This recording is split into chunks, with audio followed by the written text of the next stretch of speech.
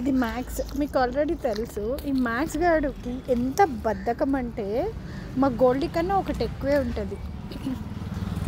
ఇది యాక్చువల్గా pet dog అనుకుంటా. గాంధీ హాస్పిటల్ ప్రెమిసెస్లో ఇది ఉంటుంది. దీన్ని మ్యాక్స్ అని చెప్పి అందరూ పిలుస్తూ ఉంటారు. మ్యాక్స్ మీ అందరికీ తెలుసు. యాక్చువల్గా నాకు డాగ్స్ అంటే చాలా లవ్ అని. ఎస్పెషల్లీ ఇంతకుముందు స్ట్రీట్ డాగ్స్ చూస్తే నేను కూడా ఇరిటేట్ అవుతుండే.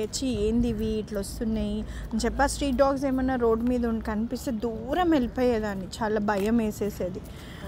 బట్ రియాలిటీగా మాట్లాడితే జోయా గోల్డీ వచ్చిన తర్వాతనే యాక్చువల్గా డాగ్స్కి కూడా పెయిన్ ఉంటుంది, అవి కూడా రియాక్ట్ అవుతాయి, అవి కూడా మనలాగానే ఉంటాయి అని చెప్పి తెలిసింది.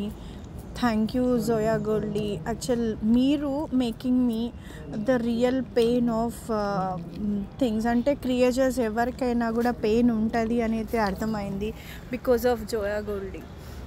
సో ఇక్కడ నేను ఎందుకు చెప్తున్నా అంటే ఇది యాక్చువల్ బిస్కెట్స్ ఇస్తూ ఉన్నా. దీనికి ఏం చేస్తున్నారంటే మిల్క్ బిస్కెట్స్, ఏ బిస్కెట్స్ ఉంటే ఆ బిస్కెట్స్ క్యాంటీన్ నుంచి తెచ్చి పెడుతున్నారు.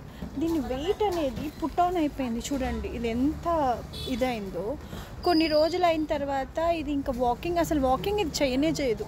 మ్యాక్స్ అని పిలిస్తే వస్తుంది, బిస్కెట్ తింటుంది, పడుకుంటుంది.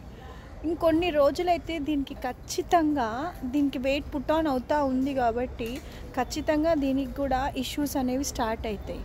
నేను ఇది చనిపోతుంది అని చెప్పట్లేదు, దీనికైతే ఇష్యూస్ స్టార్ట్ అవుతాయి. నాకు ఈరోజు అర్థమైంది ఏంటంటే, దీనికి చూస్తే తెలుస్తుంది, ఇక్కడ మొత్తం వెయిట్ మొత్తం వచ్చేసింది, బల్క్గా అయిపోయింది, కాళ్ళు సన్నగా ఉన్నాయి. సో